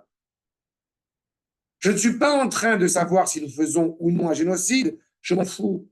Je sais ce que je fais, je sais ce que je suis, je sais à quel peuple j'appartiens, je sais quelles sont les valeurs extraordinaires et nobles que représente le peuple juif, quels que soient les politiciens, les médias, les journalistes qui veulent. Ça ne changera pas la donne. Ce qui est un fait établi, c'est que leur manière de parler d'Israël montre qu'Israël est à un autre stade dans le développement de sa délivrance. D'accord? Mais c'est aussi une question de vocabulaire, parce qu'en fait, ce que tu dis, dans la mesure où, évidemment, nous, on le fait dans un cadre moral, En fait, ce qu'on dit, c'est que c'est pas qu'on est génocidaire, on est juste on apprend à être impitoyable. Impitoyable, c'est pas. Ce qui n'est pas la nature profonde d'Israël. Voilà, D'être profondément miséricordieuse, ce n'est pas la nature d'Israël. on a un objectif, on va dessus, quoi. C'est juste ce qu'on est en train d'apprendre au monde et puis d'apprendre à nous-mêmes, je pense. Mais pour un détail de vocabulaire, vous savez, je suppose que génocide, c'est assassiner d'abord et avant tout un peuple. Surtout l'intention. Et l'attention, d'accord? Il n'y a pas de peuple. En plus, oui. Il n'y a pas Un, il n'y a pas de peuple. Deux, dans ce cas-là, si on faisait un génocide, on ne va pas que à Gaza, on va à Ramallah. Elle est dans le sud. On ne leur a pas demandé de mettre un croissant de lune sur le vêtement. Chez Michemot. Mais bref, peu importe. Le vocabulaire est volontairement maladroit. Mais je dis que, justement, ils ne peuvent comprendre qu'en voyant la grandeur d'Israël. Et écoutez, entre parenthèses, c'est une petite parenthèse, mais vraiment c'est important, écoutez les propos tenus par les petits Gazaouis. On ne veut plus de Hamas. Pourquoi? On a peur de mourir. D'accord? C'est qu'en réalité, il n'y a pas de remise en cause de la médiocrité, de la méchanceté de ces pourris. Il y a simplement la peur de ce qui est en train de se passer. J'aime citer un copain de Nasser après la guerre des 6 jours qui dit « Je ne sais pas ce que vous êtes et vous n'êtes pas normaux. Vous êtes des démons. Je ne sais pas ce qui s'est passé, mais semble-t-il, Allah était avec vous. » Et bien, il est impératif qu'ils comprennent que Allah est avec nous. Et comme c'est sur YouTube, je le dis avec aisance et avec gentillesse, qu'ils crèvent. Je n'ai pas d'autres mots maintenant. Oui, mais quand même. Enfin, c'est un signe intéressant si tu dis s'ils ont peur de mourir. Ça veut dire qu'ils sortent de leur narratif où il faut, où en fait, ils ont de la mort. Non, je ne veux pas que YouTube te supprime, parce que tu sais que tu n'as pas le droit de te dire des modérateurs. Quand même. Ils ne Si comprennent tu pas as ce que j'écris mort aux Arabes, Facebook supprime mon compte. Mais je ne veux pas, si mort aux des Arabes. trucs qui crèvent, tu dis qu'ils crèvent. Ah, que nos ennemis crèvent, oui. Non, mais si, tu as dit que les Palestiniens, en fait, le truc est clair, si quelqu'un entend qu'il nous veut du mal, il peut supprimer ton compte YouTube. Ah, mais rassure-toi, j'ai les commentaires qui sont extraordinaires. Non, les commentaires, on s'en fout. Je veux pas que YouTube te C'est supprime gentil, ton compte. c'est gentil de t'en inquiéter. Non, mais je suis très sincère, c'est gentil. Kenelia, pardon. Non, oui, non, je pense ils redeviennent humains en quelque sorte.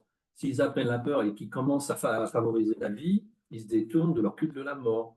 Exactement. Donc, finalement, on les a aidés à redevenir humains, C'est ça. quelque part. Mais c'est la nature profonde d'Israël. Donc, tu vois, c'est même pas un génocide. C'est la nature On les rend profonde humains. d'Israël. Bien sûr. Vezeo diou be'amim. En tous les cas, l'annoncer aux nations.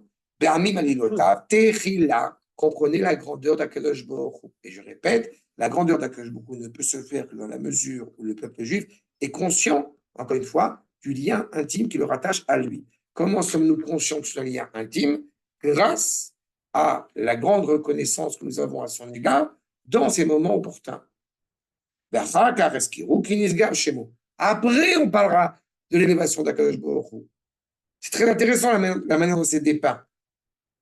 J'ai envie de dire, comme un enfant, comme à la sortie d'Égypte. C'est moi qui ai créé le monde. On s'en fout. D'abord, je vous aime. Ensuite, sachez que je suis profondément élevé. C'est ça l'ordre des choses. Tu vois? Le père, d'abord, il prend son enfant dans ses bras. Il n'est pas en train de lui dire, va à gauche, va à droite. Il y a d'abord un rapport premier d'intérêt. Tu vois? C'est ça. Et vis-à-vis des nations, encore plus. Quel homme? Les Val. Les Val Yomrou Amin, Berot Alilotav de Veniflot, justement. Quand les nations, eh bien, ce n'est pas que les nations vont dire, en voyant ce qu'il fait, à quel beaucoup les grandeurs qu'il a fait, mais à Cher Kodem Azmanaou, Yeshinu les Fanav Khalila. Non. En aucune manière, par exemple, il faudrait encourager les nations à dire, ah, mais il y a un changement, vous étiez différent hier, enfin, Dieu était différent hier et maintenant il y a autre chose. Non, c'est la même cohérence.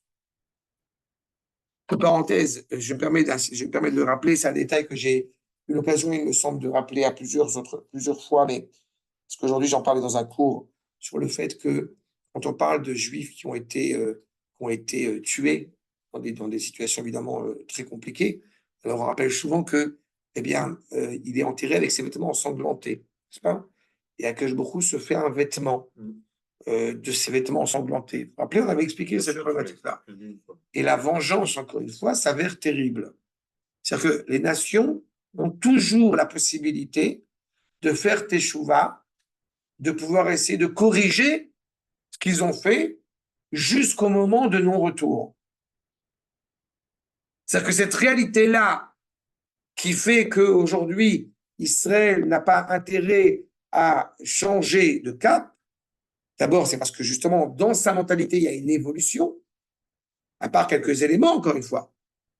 C'est ça qui est terrible. N'oubliez pas un détail, c'est que la majorité, bon, je pense que vous le savez, la majorité, malheureusement, de la force, si nous, on doit puiser l'élan de sainteté, de prophétie, de cette eau, de cette Torah, hélas, l'Avdil, les nations puisent le venin de ces juifs qui vont aller manifester en disant les soldats tueurs d'enfants. Bon, ils puisent leur force de cela. C'est pour ça qu'ils ne m'intéressent guère. Et ce qui me peine, c'est nos frères qui vont tenir des propos qui peuvent avoir une résonance dramatique. Les dégâts sont considérables. Enfin, C'est il ça. arrive à un moment donné où quand un type dit les soldats, ils tuent les enfants pendant leur loisir, enfin, je vois même pas ce qu'ils peuvent faire de pire que de dire une chose pareille. Je sais bien. Je veux dire, le mec, il est en train de mettre une cible sur tous les juifs dans le monde. Le type qui fait ça, le juif qui fait ça.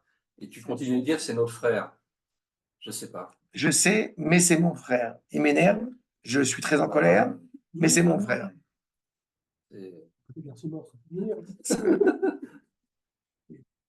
Mais je sais que c'est terrible. Franchement, j'ai du mal. Mais je te comprends. Je peux Mais pas là, empêcher de penser que s'il doit arriver quelque chose de grave, que ce soit sur sa famille. la halakha, elle a tranché. D'abord, certains ont fait comme David Grossman qui n'avait pas vu son fils et qui fait partie de ces cérémonies alternatives. Sont invités aussi des Palestiniens, des Arabes, des machins, etc. Donc, on connaît la problématique. Je suis tout à fait d'accord avec toi. Le juif était têtu aussi un petit peu. Et je répète, c'est toute la discussion entre Rabbi Meir et Rabbi Yehuda qui est bien connue, à savoir, évidemment, d'abord, il y a une mitzvah de haïr ceux qui haïssent Akadosh Baruch Hu. Ça, c'est évident. C'est une relation du nom de Dieu. Mais ils peuvent perdre l'appellation de frère. Vous avez bien entendu. Comme j'ai mal signifié à chaque fois, c'est ce que dit Rabbi Meir. Et là, l'halakha est selon Rabbi Meir. Mais Rabbi Yehuda a dit qu'ils ne peuvent pas perdre l'appellation de fils, en fin de compte, dans le traité de Kedoshi. C'est-à-dire qu'ils demeurent éternellement le fils de Dieu. Mais ils peuvent cesser d'être appelés le frère d'Israël. C'est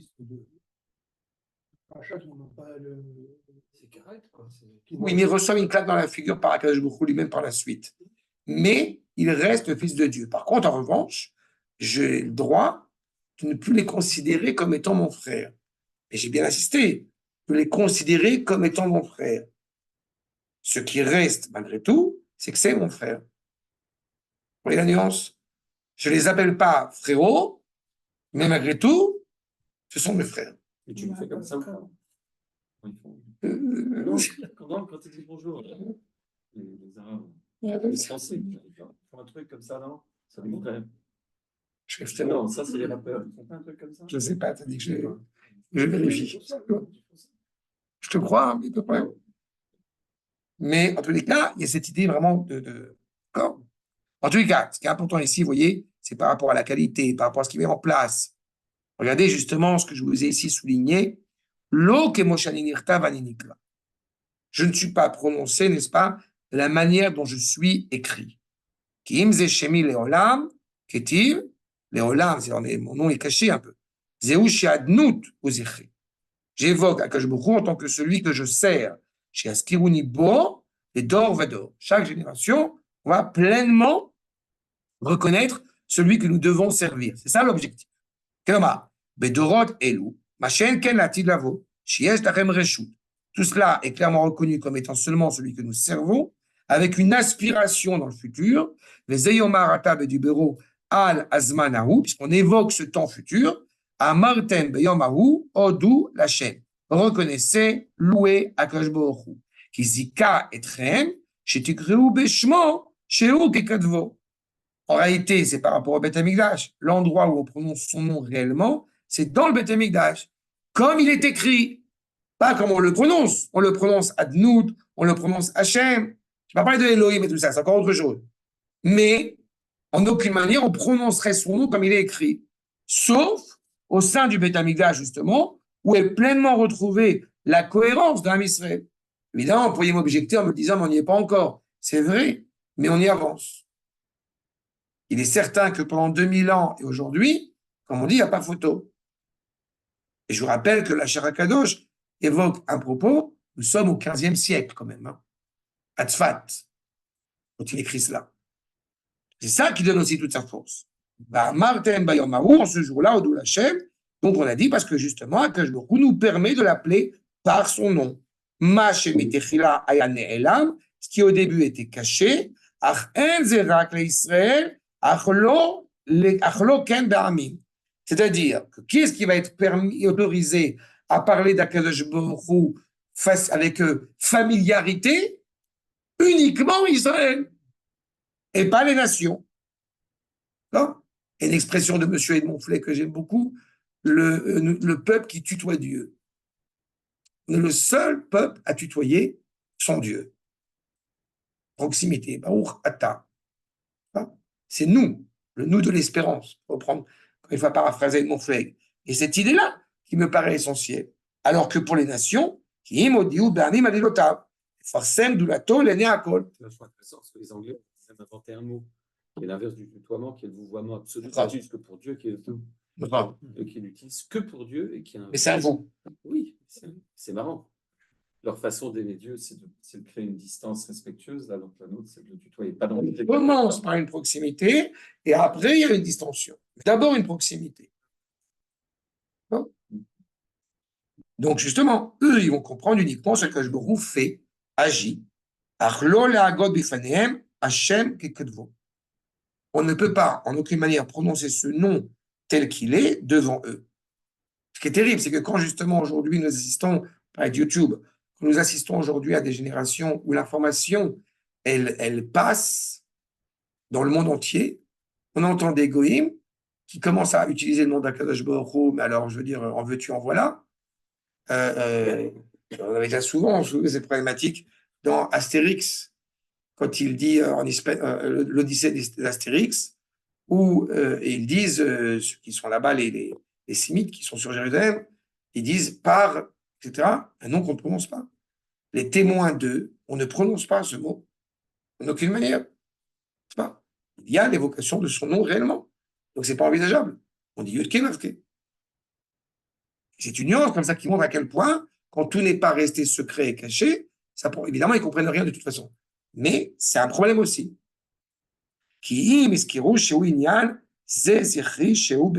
Uniquement être reconnu comme celui qui doit être servi. Et pourquoi? Parce que son nom est profondément élevé. Venassa Meod. Je reprends l'image du fils avec son père. Si on appelle son père par son prénom, automatiquement la distance est coupée. Et la distance ne peut être coupée que dans la mesure où nous avons une distance naturelle entre nous et lui. C'est pour ça que nous sommes habilités à la fin des temps, le Kohen, à parler face à face avec Akadosh Baruch Hu dans le Beth Amikdash. Et pour les nations, elles en sont incapables. Pourquoi? Parce qu'elles sont soumises, n'est-ce pas, au joug de la nature. Elles n'ont pas ce dépassement du joug de la nature. Mais au moment où nous sommes animés par ce souffle de sainteté, voire plus, c'est un cours que j'ai fait il n'y a pas longtemps, que nous sommes animés par la parole prophétique, automatiquement, nous sommes à un autre stade. Le peuple juif est animé par cette parole prophétique, par son essence même. Donc, on pourra l'appeler, bien évidemment, en son nom. Alors qu'évidemment, aux yeux des nations, ça restera, malgré tout, la distance. Ensuite, poursuit le Rav, Atidin Tzadikim, Sheikriu Beshmo, Shen Akadosh Baruch Hu. D'abord, le rapport entre Israël et les nations, puis le rapport entre les tzadikim et ceux qui ne sont pas tzadikim. Vous l'avez appelé clairement par son nom, Karuoto Bishmo, Sheu et Atzmechem Bishmo. C'est ça, vous reconnaissez pleinement. Ve'inyan ki b'yamim, Igdal koach tzadikim. La force, évidemment, de ce qui est juste va être pleinement accrue, pleinement reconnue en son terme. La sod devarim, she'en koach la'asotam, bilto yitbarach, de faire des choses qu'on ne pourrait pas faire sans la présence d'Akadosh Baruch Hu. Autre remarque par rapport au monde, et c'est pas la première fois que nous avons affaire à cela. On invoque la dimension morale quand on parle d'Israël, ou d'immoralité. On n'invoque pas une autre dimension. D'accord ? C'est toujours le même détail qui est revenu. On n'est pas en train de s'interroger si Poutine est moral, on n'est pas en train de s'interroger si Trump est moral. Mais par contre, on s'interroge si Israël est moral. Parce que c'est la nature profonde d'Israël. D'accord ? C'est exactement cela. Et ça, encore une fois, c'est pour ça que je préfère en rire. C'est devenu tellement surréaliste que c'est clair que Baruch Hu, il est derrière. Si je puis dire. Mais c'est un surréalisme profond. Achat, et donc évidemment, dans le futur, tout cela est simplement reconnu. Simplement reconnu. Mais qui est tzaddik ? Quand la mère tzaddik, dit la Mishnah. Donc en réalité, pareil, c'est tout le peuple juif qui va se révéler dans sa grande sagesse. Vous avez les deux lignes qui sont après, qui ne sont pas soulignées, mais qu'il m'importe de vous lire. Iné, vous avez en plein milieu de la phrase. Iné, Be Israël, Shem Am Chacham Venavon. Israël qui est un peuple sage, qui sait distinguer le bien du mal, justement. En Pachad, Sheyavou Liyede Taout Khalila. Est-ce qu'on peut faire des erreurs? On peut en faire. Parce qu'on a toujours cette conscience morale qui nous anime. Vous avez cité une fois, il me semble, comme quelque chose qui est assez extraordinaire. Vous n'avez pas une seule armée dans le monde. Oui, et il n'y a qu'une armée qui est morale. Les autres armées ne sont pas plus ou moins morales. Mais dans leur comportement. L'armée de la morale. Dans leur comportement. Les Américains qui ont sauvé la France de la Deuxième Guerre mondiale, il s'est avéré qu'ils ont eu des comportements totalement abjects avec les femmes, entre autres avec les femmes. Chocolat aussi. Voilà. Nous n'avons jamais, au Hachem, commis d'imprudence à l'égard de Fatima. Oui, mais il faut voir Fatima aussi. Bon, on n'en voit pas. On la voit pas.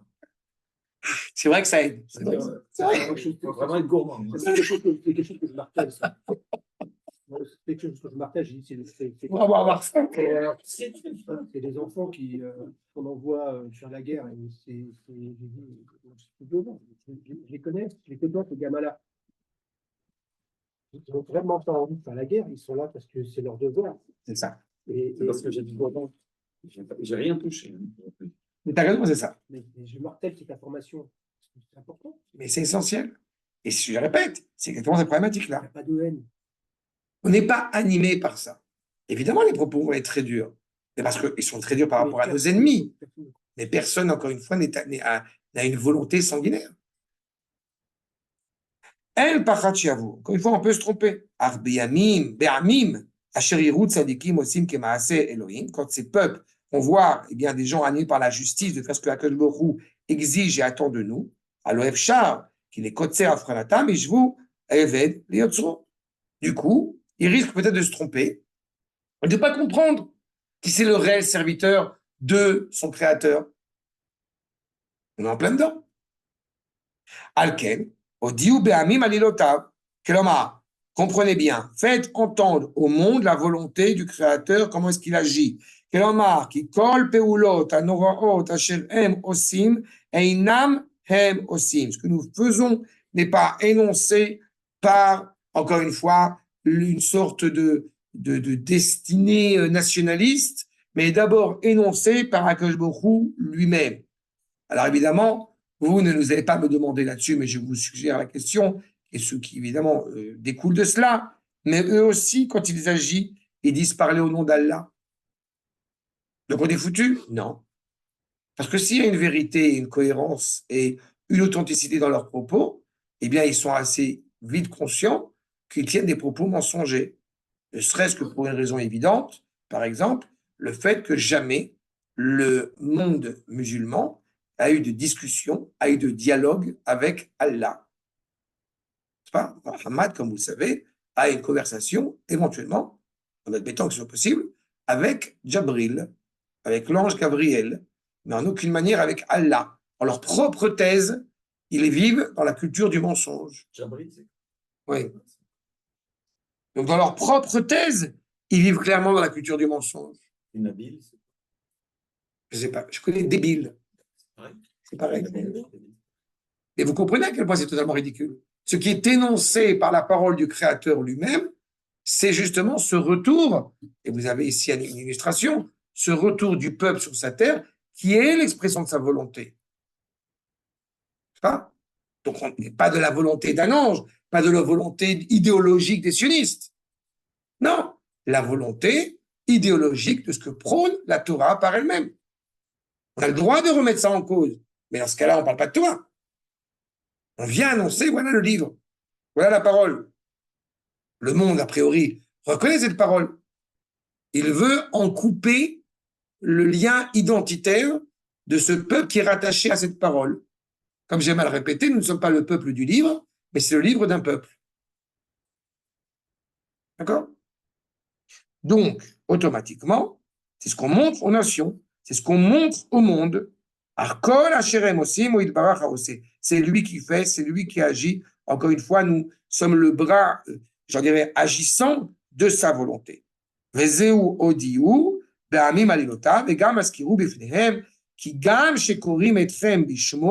Quand, encore une fois, eh bien, on vous appelle du nom d'Akadosh Baruch Hu. Tu parles de Am Israël, tu parles de Dieu.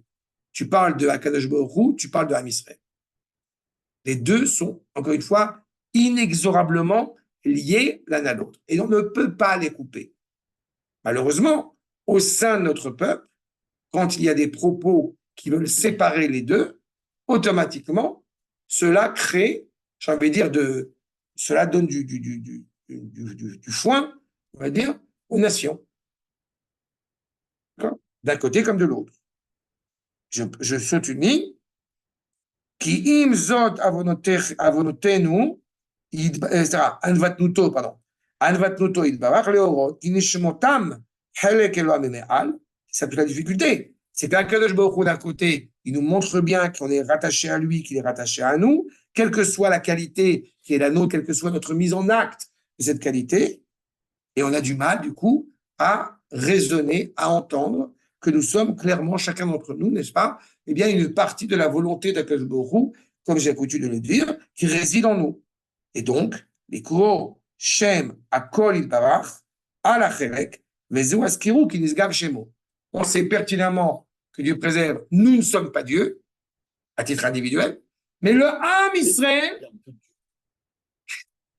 juste un bridou. L'étincelle. Il y L'étincelle. a un peu. Il est saucisse. Il est pas. C'est câble. On coupe. C'est câble. Ça dépend. C'est juste un bridou.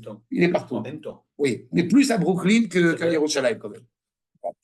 Et... si bien tu sais comment on va appuyer. Ça, c'est ça l'essentiel. D'accord? Et donc c'est ça. Et le monde, évidemment, va comprendre, bon gré, malgré lui, cette réalité. Je vous cite simplement ce que nous dit le Rav David Kimchi, Makor numéro 14, dans les trois dernières lignes de Makor numéro 14, Magefat Gog ou Magog. Cette expression m'a beaucoup amusé. L'épidémie de Gog ou Magog. C'est intéressant comme nom. En général, on parle de guerre de Gog ou Magog. Ça vous fait référence aux élèves de Rabbi Akiva, ils sont morts d'une épidémie. Vous voyez que ça. Encore une épidémie. L'épidémie de Gog ou Magog, en réalité, c'est un virus qui se propage, un virus antisémite qui se propage. Non, ils ne sont pas morts d'une épidémie. C'est ce qu'en général, tu vas entendre. Ils sont morts d'une épidémie, parce que c'est une épidémie un peu spéciale, comme j'ai pu vous l'expliquer. C'est une épidémie qui touche que 2 yeshivot. En fonction de ton rab, tu es atteint de cette épidémie. Et le virus, le symptôme visible de cette épidémie, c'est un couteau dans la gorge. C'est intéressant comme épidémie. Skara. Et donc, effectivement, les 24 000 ont été décimés pendant la guerre contre les Romains. Oui, non, ils ont été tous. 24 000 ont été, certains disent qu'il en restait quelques-uns. Mais bon, en réalité, toute la Torah a été, semble-t-il, totalement tuée, assassinée par les Romains. Les Romains, évidemment, d'une grande délicatesse. Et leur corps nous a été rendu quelques années plus tard. Et certains disent que c'était à l'Akbar Omer. Et ce qui est assez impressionnant, c'est que les corps n'avaient pas du tout putréfié. Ils étaient entiers. J'ai raconté, je ne sais pas qui c'est qui s'est passé, si vous avez enregistré. Écoutez, le jour de l'Akba Omer, cet enregistrement que j'avais fait, cet audio que j'avais fait, mais c'est une anecdote qui m'émeut à chaque fois. C'est l'anecdote de Eliyahu Hakim et de Eliyahu Batsourim, qui sont deux juifs qui ont été pendus par les Anglais en Égypte en 1946, Miyanam. Et il se trouve que après la guerre de Kippour, il y avait des tentatives pour essayer de récupérer des corps. Et Pas de façon préventive à cause du génocide. du- De façon préventive. ça dépendu malheureusement. C'était des Juifs qui étaient partis au nom du Léhi, au nom du mouvement là-bas, pour encore une fois ça. Et il se trouve que 30 ans après, on a pu récupérer les corps. Simplement, à l'époque, les Arabes parfois étaient vicieux. Ils te rendaient des corps qui n'étaient pas forcément les corps des personnes en question. À une époque, c'était comme ça. Non, mais à une époque, c'était comme ça. Maintenant, ça va, on voit qu'ils ont beaucoup évolué. C'est ça, il y a ça. Le fait est, c'est qu'effectivement, les corps ont été récupérés et que celui qui était à l'époque le président de la Knesset, comme il les connaissait, était lui aussi au Léhi, était aussi au Hetzel et tout ça, il m'a été demandé d'aller voir les corps, de savoir s'il pouvait les reconnaître. Le président en question de la Knesset était Yitzhak Shamir. Yitzhak Shamir les a vus et il a été bouleversé et il est allé tout de suite à l'échelle de Merkaz Arav. Il a demandé à voir le Rav Yehuda d'urgence, le fils du Rav Kook, n'est-ce pas, pour lui dire ce qu'il avait vu. C'est comme ça que l'histoire a été racontée. Il a vu les corps 30 ans. Il y a 30 ans qu'ils étaient en Égypte. Ils étaient intacts. Donc, il y a des histoires comme ça fabuleuses, notre histoire qui montre encore une fois la grandeur de ces hommes. Et pourquoi ils étaient intacts? En réalité, parce qu'on te dit dans les versets dans Michelet que la jalousie elle détruit les eaux. Donc, quand on arrive à ne pas être jaloux de personne, bah, apparemment, ça peut laisser des traces qui n'est pas qu'une image qui est vraie. Non, c'est une petite anecdote, mais c'est quand même intéressant comme propos. En tous les cas, vous voyez que, effectivement, la guerre de Gog Magog, Gamken Tihiye, Mudat Bechol Haaretz. Midat, Mudat. Est-ce que c'est d'une connaissance où elle est reconnue? On n'a pas besoin d'aller chercher la guerre de Gog Magog, on est en train de la vivre. Inconsciemment, on la vit au moins depuis 77 ans. Parce que toute la guerre. Non, mais certains te disent non, il faut attendre la guerre de Gog Magog. Ve'al ze raoui lachem lezamer lachem. Pour tout cela, évidemment, vous louez à Kadosh Baruch. C'est-à-dire, Rabbi Yitzhak Abavanel, comment on a eu l'occasion de faire tout un cours là-dessus, ce qui doit être impératif pour vous, c'est ce qui est dit en Makor numéro 15, à partir de la 4e ligne. Justement, on est en train de ménopher, en train de bouger. Le vêtement, la main, il se passe quelque chose à Jérusalem. Ar Tzion. Je dis un peu à l'oral pour alléger, mais il se passe quelque chose sur les plaines de Jérusalem. La guerre d'indépendance, la guerre que mène Israël, et actuellement encore pas moins, elle est menée pour Jérusalem. De toute façon, dois-je rappeler que quand vous avez des missiles qui ont été lancés de part et d'autre, de Gaza, de Yémen, ce que vous voulez, vous avez eu beaucoup de missiles où il y avait écrit dessus Al-Quds. Ils se battent pour Jérusalem. Ça, il faut qu'on entende, il faut qu'on soit conscient de cela. Pardon? Est-ce que je vais te dire? Ce que j'ai ajouté, le monde entier se bat pour Jérusalem.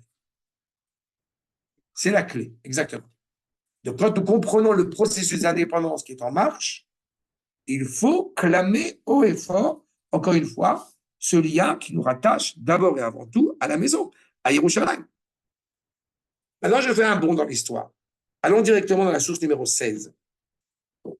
Regardez ce que dit le Rav Eliyahu Kitov dans son ouvrage éphéméride Sefer HaTodah. Je rappelle pour la petite anecdote que quand le Rav Eliyahu Kitov a fait sa livre qu'il a écrit, il a composé au début de l'État, jusqu'à la guerre des 6 jours, il est encore vivant parce qu'il a écrit aussi des choses là-bas. Il y avait des choses qui dépeignaient chaque mois de l'année, ce qui se passait, les événements qu'on célébrait, etc. On arrive au mois de Iyar, et il avait écrit aussi quelque chose pour Yom Ha'atzmaut et pour Yom Yerushalayim.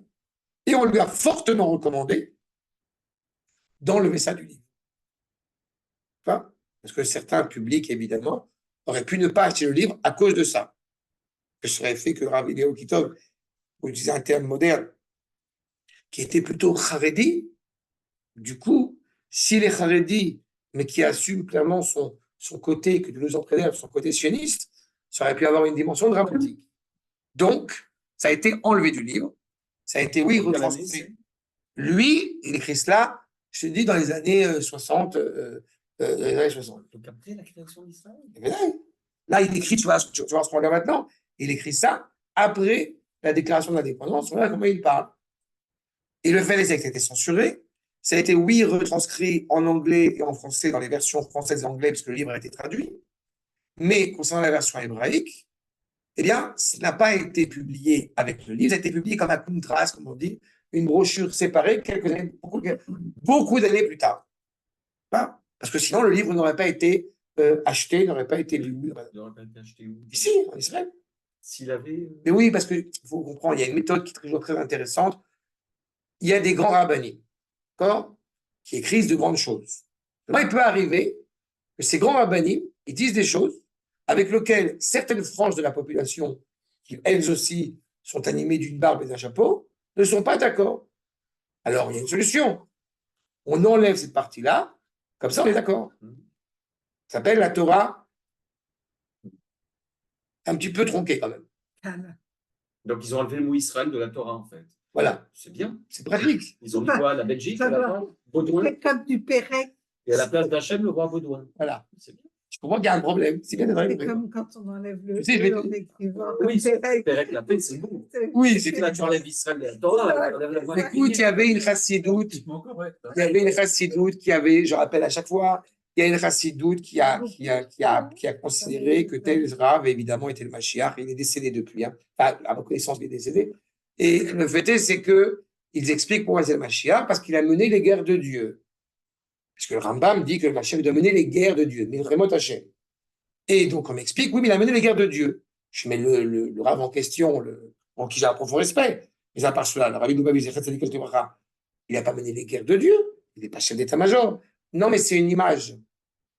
Alors, c'est très intéressant. Le seul problème, c'est que le premier qui utilise des images, en réalité, pour parler de la halakha, il a un nom. Il s'appelle Jésus. Mais nous, on n'est pas élèves de Jésus. Quand le Rambam il dit Milchemot Hashem, c'est les guerres vraiment. Et regardez ce que dit le Rav Eliyahu Piton. Beshnat Chamesh Talafim Shva Meod Beshmone Le Yetzira. En 5708 après la création. Bechamishi, le Chodesh Ziv, le 5 du mois de Yar. Pour ceux qui savent percevoir l'hébreu, c'est écrit aussi d'une manière qui est très comme ça, vraiment très animée par la sainteté. Bechamishi, le Chodesh Ziv ou Yar. Kamu Anashim Misera Yaakov. Sont levés des gens de la descendance de Yaakov. Les Hamdou Raglehem Bayom Ahu, et se sont tenus devant, droit, Al Adma Teret Israël, à Kodesh, la terre d'Eret Israël, la sainte terre d'Eret Israël, Kamu Vechizou, à Aretz Azot, Asher Anachnu Shokvim Alea, Ve'orzim Ba Bechol Kochenu, Lanu, Hi, Velezarenu. Ces gens sont là, et on dit clairement, cette terre que nous foulons, elle est à nous et à nos descendants. En Shilton Ba, et là, les Vanea, Yorshea, Ashavim El Artsam. Personne ne pourrait diriger ce pays, si ce n'est ses enfants, ses descendants, qui reviennent sur leur terre, chez Nishdeda, qui a été volé pendant des générations. Ata, Yavu Kula, Miarba Kalfotares, désormais, revenir le monde entier des quatre coins de la terre, Veyarshua, Lahad, et vont l'hériter pour l'éternité. Raouzot Agoïm, ont vu ça les nations, les Oumim, tous les peuples de la terre, Veyadavar les Pélé Bénéhem, c'était une grande surprise pour eux. Kidorot Rabim, Limdou Chachamehem, beaucoup de générations leur ont enseigné leurs sages qu'il n'y aura aucun réveil d'Israël. Toutes les nations ont réussi, grâce à Dieu, grâce à Allah, grâce à Jésus, grâce à qui vous voulez, à détruire Israël. C'est fini, il n'y a plus Israël. Eh bien non, semble-t-il, c'est pas ce qui s'est passé. Israël be'artso le'olam, ve'ine kam appelé le'nehem, voici la grande surprise, ve'yavoshu chachamehem mechzutam kasha shechazou al Israël. Bien, les grands sages, les grands êtres spirituels, les grands philosophes parmi le monde ont assisté à quelque chose de terrible. C'est-à-dire, ils se sont trompés. Israël est revenu.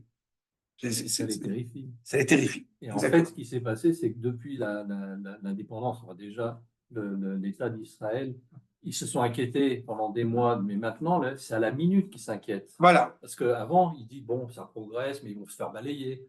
Puis moins on se fait balayer, plus ils sentent l'urgence qu'on doit se faire balayer, et plus on résiste, C'est ça. plus ils flippent. Et tu vois bien la panique. Aujourd'hui, c'est la panique.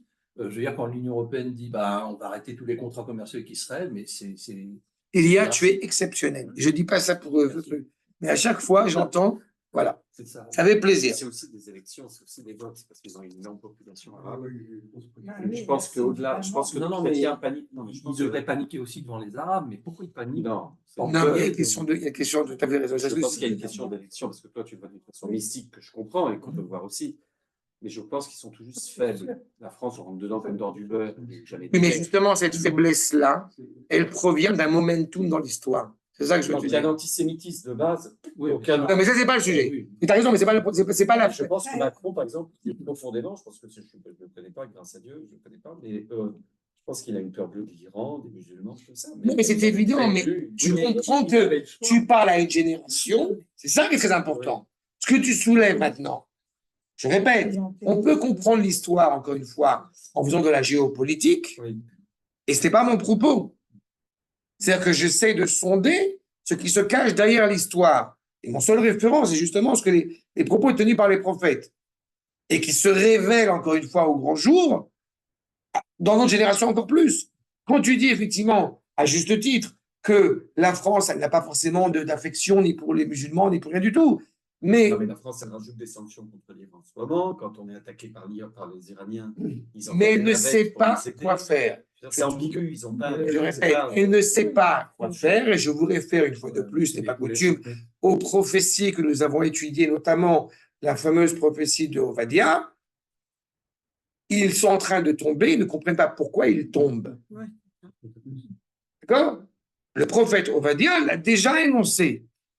Il avait rappelé que dans la prophétie de Ovadia, il y a Tzafat. C'est presque irréversible maintenant. D'accord? C'est la fin. C'est le suicide du peuple français. Il y a un auteur qui a parlé comme ça. Il s'appelle Éric Zemmour. Mais il a dit ça. Ah, lui, il a dit ça. Oui. C'est énorme. Non, il dit pas. Mais ce qui me peine, c'est que justement, il y aurait une solution. Et la solution réelle et vitale pour toutes ces peuplades à travers le monde, c'est simplement d'avoir la décence de reconnaître la centralité et la moralité et l'importance d'Israël. Ils ne peuvent pas le reconnaître. Pour ça, il faut beaucoup d'humilité, qu'ils n'ont pas, et donc ça ne peut pas marcher. D'accord? Mais c'est pour ça que je dis qu'à leur grand désarroi, et vous voyez les propos du Rav Eliyahu Kitov sont extraordinaires. On doit être capable de louer Akadosh Baruch Hu parce que bon gré, malgré nous, nous sommes là. Nous avons des soldats, nous avons une armée, nous avons un pays, nous avons une entité, encore une fois, qui, aujourd'hui, comme on dit dans le jargon, j'ai envie de dire, elle est en train de vivre son adolescence. On n'est plus à l'enfance, on est à l'adolescence. On n'est pas encore à l'âge adulte. Donc, il y a tout un bouleversement qui se passe au niveau identitaire. Mais cet aveuglement, Egoïm, c'est Hachem qui Évidemment. a un voile. Oui, C'est parce que c'est tellement irrationnel. Tu te dis, c'est pas Mais naturel. Hachem, entre il a guillemets. renforcé Paro à chaque fois. Oui, c'est tout à fait ça. c'est parce que le mal, encore une fois, doit pouvoir arriver à sa fin totalement sans qu'il puisse y avoir une possibilité de revenir. Et en l'occurrence, la France, pour ne citer qu'elle, je te rappelle, c'est la fille aînée de la chrétienté. Étant donné que c'est la fille aînée de la chrétienté, donc elle ne peut que tomber. Et encore une fois, je ne dis pas ça en me gloussant, c'est une réalité à laquelle nous assistons. Et en ce qui nous concerne, justement, on est exactement à l'inverse. C'est pour ça que je vous cite une citation bien connue du Rav Kook pour terminer pour aujourd'hui. Medinazou, Ibehemet Ayoter Eliona Besulam Arosher. Cet État, encore une fois, est l'État le plus fameux, le plus suprême sur l'échelle du bonheur. Ou Medinazou, I Medinatenu. C'est notre pays. Je dis ça, le Rav Kook, je vous rappelle, est décédé en 1935. On est bien avant l'avènement de l'État d'Israël. Medinat Israël, Isod qui Hashem Baolam. Une citation extrêmement connue, le fondement même du trône divin dans le monde. chez Kol Chavtsa, tout son désir, chez Hashem Echad ou Shmo Echad, que ce nom soit pleinement évoqué, pleinement reconnu, pleinement lu, chez Zeu Behemet Ayosher Ayoter Elion, encore une fois, la vitalité, clairement, suprême et vécue de notre peuple. Emet, chez Osher Nisgav Ze, ce bonheur, encore une fois, à aspirer, Tsarich ou les Biur Aror. Mais il est certain que ça demande, eh bien, un éclaircissement qui est long et qui peut s'avérer douloureux. Mais c'est très important à chaque fois de bien savoir distinguer entre les douleurs de l'enfantement et les douleurs de l'exil. Les douleurs de l'exil sont des douleurs atroces. Les douleurs de l'enfantement, qui peuvent parfois sembler similaires, elles n'ont aucun rapport. Parce que le bébé est en train de sortir.